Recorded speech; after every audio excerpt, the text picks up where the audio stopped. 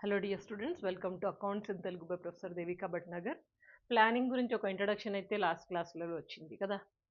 ఈరోజు చాలా చాలా important topic process of planning and principles of planning. ఇది నేర్చుకుందాం. ఎందుకంటే ఒక కామర్స్ స్టూడెంట్ అయినా మేనేజ్మెంట్ స్టూడెంట్ అయినా ప్లానింగ్ అనేది చాలా చాలా ఇంపార్టెంట్ ఎవ్రీ ఆర్గనైజేషన్స్కి. మీరు ఏ రోల్లో ఉన్నా కానీ ఈ ప్లానింగ్ని ఎట్లా ప్రొసీడ్ అవ్వాలి, అదే ప్రాసెస్ ఆఫ్ ప్లానింగ్.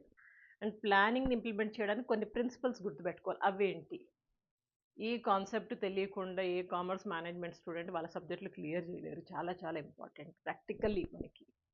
సో కాబట్టి ఈ టాపిక్ కొంచెం ఫోకస్ చేయండి. ఇంపార్టెంట్, ఈజీ కూడా, పెద్ద కష్టమేం కాదు. ఇంగ్లీష్లో చెప్పి మళ్ళీ తెలుగులోకి వస్తున్నాను. నేను ఎక్స్పెక్ట్ చేసేది ఏంటంటే ఒక స్టేజ్కి మీరు వచ్చి మేడం తెలుగులో చెప్పడం ఆపేయండి మేడం, ఇంగ్లీష్లోనే చెప్పండి, ఇంగ్లీష్లోనే ఫాలో అవుతాం, మేము ఇంగ్లీష్ నేర్చుకుంటున్నాము అనే స్టేజ్కి రావాలి. వస్తున్నారా? ఎంతమంది వస్తున్నారు కింద కామెంట్ బాక్స్లో రాయండి. I feel very happy. నిజంగా చెప్తున్నాను. ఈ మధ్య ఒక సూపర్ మార్కెట్కి వెళ్ళినప్పుడు ఒక అబ్బాయి మన కామర్స్ స్టూడెంటే కనిపించాడు. సూపర్ మార్కెట్లో జాబ్ చేస్తున్నాడు వాడు. కానీ వాడు తెలుగు ఛానల్ ఫాలో అవడట, ఇంగ్లీష్ ఛానలే ఫాలో అవుతాడు. అంటే Devikas commerce and management academy ఉంది కదా, అదే ఫాలో అవుతాం madam, because I want to improve my English, so I don't follow your Telugu channel అంటున్నాడు. వాడు ఎంత కష్టపడుతున్నాడు చూడండి. కమిట్మెంట్ అది. సరే, ప్రాసెస్ ఆఫ్ ప్లానింగ్ చూద్దాం. ప్లానింగ్ ఎట్లా చేయాలంటే కనుక దానికి ఒక పర్టికులర్ ప్రాసెస్ ఉంటుంది అనమాట. ఆ ప్రాసెస్ని ఫాలో అయ్యి స్టెప్ బై స్టెప్గా మనం ప్లానింగ్ని ఇంప్లిమెంట్ చేయాల్సి ఉంటుంది. ప్లానింగ్ అంటే ఏంటి? ఫ్యూచర్, భవిష్యత్తుకు సంబంధించి ఒక చిన్న ప్రణాళిక. ఇట్లా చేస్తే బాగుంటుంది, ఫ్యూచర్లో ఇలా చేయాలి ఇలా చేయాలి అనేసి కొన్ని ప్లాన్స్ వేసుకోవడం, అది ఫ్యూచర్కి సంబంధించి కదా. సో దాన్ని ఎట్లా చేద్దాము? ప్రాసెస్ ఒకటి ఉంది. ఆ ప్రాసెస్లో మొత్తం 8 పాయింట్స్ ఉన్నాయి. Steps in planning process. 8 స్టెప్స్లో ఫస్ట్ పాయింట్ ఏంటి? Recognising need of action. అంటే ఇక్కడ ఏంటంటే మనకి ప్రాబ్లమ్ని ఐడెంటిఫై చేయాలి. ప్లానింగ్ ఎందుకు చేస్తున్నావు అసలు? ఏదో ఒక ప్రాబ్లం వస్తుంది, ఆ ప్రాబ్లమ్ని హ్యాండిల్ చేయడం, దాన్ని ఎట్లా సొల్యూషన్ చేయడం, దాని గురించే కదా మనం చేసేది ప్లానింగ్. కాబట్టి నువ్వు ఐడెంటిఫై నీడ్ ఆఫ్ యాక్షన్. నేను ఎందుకు యాక్షన్ తీసుకోవాలి, ఎలాంటి ప్రాబ్లమ్స్ వస్తాయి, దీనికి సంబంధించి నువ్వు ఆ ప్రాబ్లమ్ని ఐడెంటిఫై. ఆ ప్రాబ్లం దేనికి సంబంధించి? ఆర్గనైజేషన్కి సంబంధించి, కంపెనీకి సంబంధించి ఈ ప్రాబ్లమ్స్ ఐడెంటిఫై చేసిన తర్వాత నెక్స్ట్ మనం ఏం చేస్తామంటే గ్యాదరింగ్ నెసరీ ఇన్ఫర్మేషన్. ప్రాబ్లం అయితే ఐడెంటిఫై చేసినాం. ఇక్కడ ఏం చేస్తున్నామంటే అవసరమైన ఇన్ఫర్మేషన్ మనం గ్యాదర్ చేసుకోవాలి. ఏది అవసరమైన ఇన్ఫర్మేషన్? కంపెనీకి సంబంధించి ఇన్ఫర్మేషన్ కావచ్చు, మార్కెటింగ్ సంబంధించి, ఎకనామిక్ కండిషన్ సంబంధించి, గవర్నమెంట్ పాలసీ సంబంధించి, కస్టమర్కి సంబంధించి, ఇట్లా డిఫరెంట్ ఆస్పెక్ట్స్లో మనం ఇన్ఫర్మేషన్ గ్యాదర్ చేసుకోవాలి before going for the planning. Planning చేసే ముందర మన దగ్గర ఇన్ఫర్మేషన్, యాంపుల్ ఇన్ఫర్మేషన్, ఎంత వీలైతే అంత ఇన్ఫర్మేషన్ గ్యాదర్ చేయండి. ఓకేనా? ఈ ఇన్ఫర్మేషన్ గ్యాదర్ చేసినాక నెక్స్ట్ మనం ఏం చేస్తామంటే లేయింగ్ డౌన్ ఆబ్జెక్టివ్స్. ఇన్ఫర్మేషన్ వచ్చేసింది, ఇప్పుడు ఏం చేస్తామంటే మనం ఆబ్జెక్టివ్స్ వేసుకుంటాం. ఇది ప్లానింగ్ యొక్క మెయిన్ ఆబ్జెక్ట్, ఇది దీనికి సపోర్టివ్ ఆబ్జెక్టివ్స్ ఇవి అనేసి కొన్ని ఆబ్జెక్టివ్స్ వేసుకుంటాం. ఆబ్జెక్టివ్స్ అంటే nothing but the goals. Company యొక్క గోల్స్కి సంబంధించి మనము ఈ ఆబ్జెక్టివ్స్ వేసుకుంటాం. దీన్ని మనం కన్సిడర్ చేసే ప్లానింగ్ ఆబ్జెక్టివ్స్ వేసుకుంటాం. Excuse me. ఇట్లా మనం ఈ ఆబ్జెక్టివ్స్ వేసుకున్నాక తర్వాత నెక్స్ట్ ప్రాసెస్లోకి వెళ్తాం. Determining planning premises. Determining planning premises అంటే మనకు తెలుసు ప్లానింగ్ అనేది ఫ్యూచర్కి సంబంధించి, అండ్ ఇది అన్సర్టెన్ వాటికి సంబంధించి మనం కొన్ని ప్లాన్స్ వేసుకుంటున్నాం కదా. అప్పుడు కొన్ని పాయింట్స్ మనం కన్సిడర్ చేయాలి, కొన్ని పాయింట్స్ మనం గుర్తుపెట్టుకోవాలి. ఈ పాయింట్స్ గుర్తుపెట్టుకుని ఆ పాయింట్స్ని కన్సిడర్ చేసి ఆ పాయింట్స్ గురించి కొంచెం ఆలోచించిన తర్వాతే మనము ఫైనల్ ప్లానింగ్కి వెళ్తాం.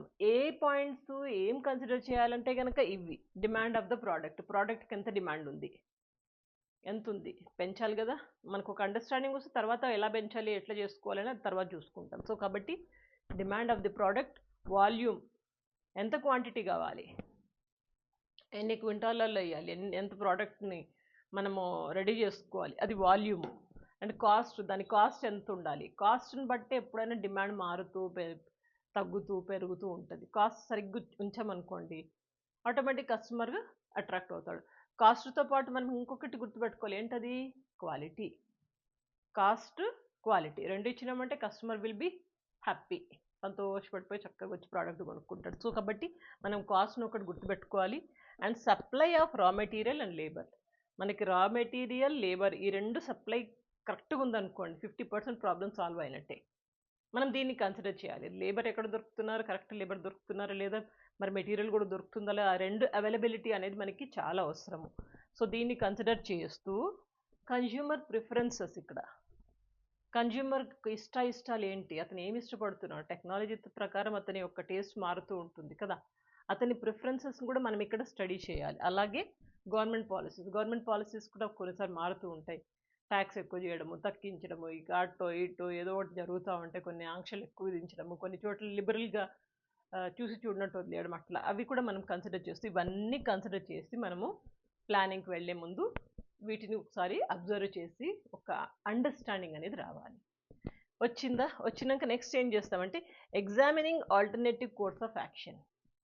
ఆల్టర్నేటివ్ కోర్స్ ఆఫ్ యాక్షన్ ఒకటి మనము ఎగ్జామిన్ చేయాలి. ఆల్టర్నేటివ్ కోర్స్ ఆఫ్ యాక్షన్ అంటే ఏంటి, ఇప్పుడు ప్లాన్ ఏ ఉంది, ప్లాన్ ఏ వర్కౌట్ అవ్వలేదు, అయ్యో అవ్వలేదు అని కూర్చోం కదా, ఏం చేస్తాం అప్పుడు, నెక్స్ట్ ఏంటి ప్లాన్ బి. నా దగ్గర ప్లాన్ బి కూడా ఉంది, బి కూడా అవ్వలేదు, దాని సి ఉంది, డి ఉంది, అట్లా ఆల్టర్నేటివ్ కోర్స్ ఆఫ్ యాక్షన్, ఇది కాకపోతే అది, అదే కాకపోతే ఇది అనేసి ఆల్టర్నేటివ్ కోర్స్ ఆఫ్ యాక్షన్ అదొకటి చూసుకుంటాం మనం. ఇక్కడ చూసుకున్నాక తర్వాత ఇవాల్యుయేషన్ ఆఫ్ యాక్షన్ ప్యాటర్న్స్, ఇది మనము ఆల్టర్నేటివ్ కోర్స్ ఆఫ్ యాక్షన్ చూసుకున్నాక దీన్ని ఎట్లా ఇవాల్యుయేట్ చేయాలి, యాక్షన్ ప్లాన్ ఎట్లా తీసుకోవాలి, స్టెప్ బై స్టెప్ ఇక్కడ మనము మాట్లాడుకుంటాం, ఇక్కడ మనం ప్లాన్ చేసుకున్నాక తర్వాత డిటర్మైనింగ్ సెకండరీ ప్లాన్స్ ఒకటి వేసుకోవాలి. సెకండరీ ప్లాన్స్ అంటే ఇక్కడేమో మనం కోర్స్ ఆఫ్ యాక్షన్ ప్లాన్ అంటే ఇది కాబట్టి ఏ కాకపోతే బి అంటే ఆల్టర్నేటివ్ చూసుకున్నాం కదా, ఇక్కడ సెకండరీ ప్లాన్స్ అంటే సపోర్టివ్ ప్లాన్స్ అనమాట. సపోజ్ ఏ ప్లాన్ని మనం ఇంప్లిమెంట్ చేయదలుచుకున్నాము, దీనికి సంబంధించి కొన్ని సపోర్టివ్ ప్లాన్స్ అనమాట. ఇది ఈ ప్లాన్ ఇంప్లిమెంట్ చేయాలంటే దానికి సంబంధించి supportive plan point number 1, point number 2, point number 3 అంటూ కొన్ని మనం సపోర్టివ్ ప్లాన్స్ వేసుకుంటాం. అది దీనికి సంబంధించి, అట్లాగే బీకి సంబంధించి కూడా సపోర్టివ్ ప్లాన్స్ వేసుకుంటాము. ఇట్లా సపోర్టివ్ ప్లాన్స్, ఇది సెకండరీ ప్లాన్స్. అర్థమైందా? ఇది అయినాక ఇంకా లాస్ట్లో ఏం చేస్తామో ఇంప్లిమెంటేషన్ ఆఫ్ ప్లాన్స్. అది అంతా చేసినాం మనము, ఇంకేముంది ఇంప్లిమెంట్ చేయడమే. ఎట్లా ఇంప్లిమెంట్ చేయాలి, అది ఇంప్లిమెంట్ చేసినప్పుడు మళ్ళీ కొంచెం కేర్ఫుల్గా ఉండాలా, కొన్ని చేంజెస్ చేయాల్సి వస్తుంది, కొన్ని ఆల్టర్నేటివ్స్ వెతుక్కోవాల్సి ఉంటుంది. ఎందుకంటే ప్లానింగ్ ఎప్పుడు మనం ఒకసారి వేసినామంటే అది ఫైనల్ కాదు, ఎలాంటి చేంజెస్ అయినా మనం రెడీగా ఉండాలి చేసుకోనికి. సో కాబట్టి దాని ఇంప్లిమెంటేషన్ అప్పుడు కొంచెం కేర్ఫుల్గా ఉండాలి. ఇట్లా మొత్తం 8 ప్రాసెస్ ఉన్నాయి. ఇది అర్థమైందా? ఇక నెక్స్ట్ ప్రిన్సిపల్స్ ఆఫ్ ప్లానింగ్ చాలా ఈజీగా అర్థం చేసుకోవచ్చు. ఇప్పుడు చూడండి, ప్రిన్సిపల్స్ ఆఫ్ ప్లానింగ్లో కూడా 8 ఉన్నాయి పాయింట్స్. ఫస్ట్ పాయింట్ ఏంటి, principle of contribution of objectives. Company సంబంధించి కొన్ని ఆబ్జెక్టివ్స్ ఉంటాయి కదా, వాటిని గుర్తుపెట్టుకుని వాటి ప్రకారం ప్లానింగ్ చేయమంటున్నారు. ఇది ఫస్ట్ ప్రిన్సిపల్. అదే principle of contribution of objectives అంటే ఏంటి, గోల్స్, కంపెనీకి సంబంధించిన గోల్స్ ఇట్లా ఉన్నాయి, దీనికి సంబంధించి మనము కొన్ని ఆబ్జెక్టివ్స్ వేసుకుంటాము. ఇది ఫస్ట్ ఇంపార్టెంట్ ప్రిన్సిపల్. తర్వాత ఏమంటున్నాము, ప్రిన్సిపల్ ఆఫ్ ప్రైమరీ ప్లానింగ్ అంటే మనం ఫస్ట్ మన ఇంపార్టెంట్ పాయింట్ ఏంటంటే ప్రిన్సిపల్ ఆఫ్ ప్రైమరీగా మనం ప్లానింగే ఇంపార్టెంట్, ప్లానింగ్ని కరెక్ట్గా ప్రాపర్గా ఇంప్లిమెంట్ చేసుకోవడం. ఇది చేసినామంటే మిగిలిన అన్నీ వస్తాయి. సో కాబట్టి primary objective of every organisation is to prepare the planning చేసుకోవడమే మెయిన్ ప్రైమరీ ఆబ్జెక్టివ్. తర్వాత ప్రిన్సిపల్ ఆఫ్ ప్లానింగ్ ప్రిమిసెస్ అంటే కొన్ని కండిషన్స్ని మనము అర్థం చేసుకుని దాని ప్రకారంగా మనము ప్లానింగ్ అనేది చేసుకోవాలి. ఏంటా కండిషన్స్, ఇందాకే మాట్లాడుకున్నాం, ఇదే పాయింట్ ఇక్కడ, ఓకేనా? అవి ఆ కండిషన్స్ని గుర్తుపెట్టుకొని మనం ప్లానింగ్ అనేది చేసుకుంటాము. ఇక నెక్స్ట్ ఏంటి, ప్రిన్సిపల్ ఆఫ్ ఆల్టర్నేటివ్స్. ఇది కూడా మాట్లాడుకున్నాం ఇందాకే, course of action plan alternatives. Principle of alternatives అంటే ప్లాన్ ఏ కాకపోతే బి కాకపోతే సి, ఏది పడితే అది మనం ఇంప్లిమెంట్ చేసుకుంటాం. అదే ప్రిన్సిపల్ ఆఫ్ ఆల్టర్నేటివ్. తర్వాత ప్రిన్సిపల్ ఆఫ్ టైమింగ్, ఇది ఇంపార్టెంట్, గుర్తుపెట్టుకోండి. ప్రిన్సిపల్ ఆఫ్ టైమింగ్ అంటే మనం ప్లానింగ్ చేసుకున్నాం, బాగానే ఉంది, దాన్ని ఎప్పుడు ఇంప్లిమెంట్ చేయాలి, అదే ప్రిన్సిపల్ ఆఫ్ టైమింగ్. ఎప్పుడు ఇంప్లిమెంట్ చేయాలి, ఫలానా టైంలో చేయాలి. లేట్ అయిందా వేస్ట్, అది యాక్షన్ ఇంప్లిమెంట్ చేయలేము అనుకోండి, డిలే అయింది, తర్వాత మెల్లగా ఎప్పుడో ఏమంటారు దొంగలు పడ్డ 6 నెలల కుక్కలు మురిగినట్టు ఎప్పుడో ఇంప్లిమెంట్ చేద్దామంటే అది పెద్ద ఎఫెక్టివ్ ఉండదు. సో కాబట్టి ప్రిన్సిపల్ ఆఫ్ టైమింగ్, కరెక్ట్ టైంకి ఆ టైంకి నువ్వు ఇంప్లిమెంట్ చేయాలి. ఇంకా చూడండి, ప్రిన్సిపల్ ఆఫ్ ఫ్లెక్సిబిలిటీ అంటే మనం చేసుకున్న ప్లాన్ రిజిడ్గా ఇట్లా గట్టిగా నేను ఇట్లా చేసినా ఇదే ఇంప్లిమెంట్ చేయాలని ఉండదు. ఎవరు చేస్తారు అసలు ప్లానింగ్? ఒక టీం మెంబర్స్ కదా. ఎవరా team? Expertised in the particular area. ఆ ఏరియాలో మంచి ఎక్స్పర్టైజ్ ఉన్నోళ్ళు వాళ్ళు చేస్తారు. వాళ్ళు చేసినప్పుడు కొన్నిసార్లు ఎంత ఎక్స్పర్టైజ్ పీపుల్ చేసినా కానీ దానికి కొంచెం చేంజెస్ చేయాల్సి ఉంటుంది according to the situation, according to the market. So దానికోసం get ready principle of flexibility, అంటే దానికి కొంచెం అటు ఇటు ఆల్టర్నేటివ్స్ కదపనికి, ఇటు మార్చడానికి అటు మార్చడానికి రెడీగా ఉండాలి. అదే ప్రిన్సిపల్ ఆఫ్ ఫ్లెక్సిబిలిటీ. ఇంకా ప్రిన్సిపల్ ఆఫ్ కమిట్మెంట్. ఈ ప్లానింగ్ ఎవరు చేస్తారో చెప్పాను కదా, మంచి ఎక్స్పర్టైజ్ పీపుల్ చేస్తారు, నాలెడ్జ్ ఉన్నోళ్ళు. వాళ్ళు ఎట్లా చేస్తారంటే planning with lots of commitment, మంచి కమిట్మెంట్ తోటి ఇది ఇట్లా చేస్తేనే అవుతుంది, బాగా అబ్జర్వ్ చేసి బాగా ఇన్ఫర్మేషన్ తీసుకొని స్టడీ చేసి మార్కెట్ని చూసుకొని మొత్తం కలిపి చేస్తారు. సో కాబట్టి ప్రిన్సిపల్ ఆఫ్ కమిట్మెంట్, నువ్వు చేసిన ప్లానింగ్ కమిట్మెంట్తో చేయి, కమిట్మెంట్ తోటి ఇంప్లిమెంట్ చేయి అంటున్నాం.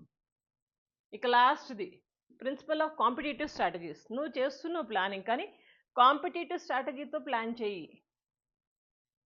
నువ్వు ఒక కంపెనీ, నీలాంటి కంపెనీలో ఒక 100 కంపెనీలు ఉన్నాయి మార్కెట్లో, మళ్ళీ వాళ్ళందరినీ కన్సిడర్ చేయాలి కదా. వాళ్ళందరితో మనకున్న కాంపిటీషన్ ఏంటి? వాళ్ళందరిలోకి మనం పైకి రావాలి. ఆ పైకి రానికి మన దగ్గర యాక్షన్ ప్లాన్ ఏముంది? సో అట్లా అవన్నీ గుర్తుపెట్టుకొని మనము ప్రిన్సిపల్ ఆఫ్ కాంపిటేటివ్ స్ట్రాటజీస్ ఒకటి చేస్తాము. ఇట్లా మొత్తం 8 ప్రిన్సిపల్స్ ఉన్నాయి. ఈజీనే, పెద్ద కష్టమేం కాదు. ఒకటి మెయిన్ కాన్సెప్ట్ అర్థం చేసుకోండి. కాన్సెప్ట్ అర్థమైందా? ఇక దాని ఇంప్లిమెంటేషన్, ఇది దీనికి ఇట్లా, దీని ఇట్లా ప్రాక్టికల్గా మీరు ఒకసారి ఊహించుకోండి. కాన్సెప్ట్ చాలా ఈజీగా ఉంటుంది. ఓకేనా? నెక్స్ట్ క్లాస్లో కలుస్తాను. బాగా చదువుకోండి and don't forget to share this videos. Good luck.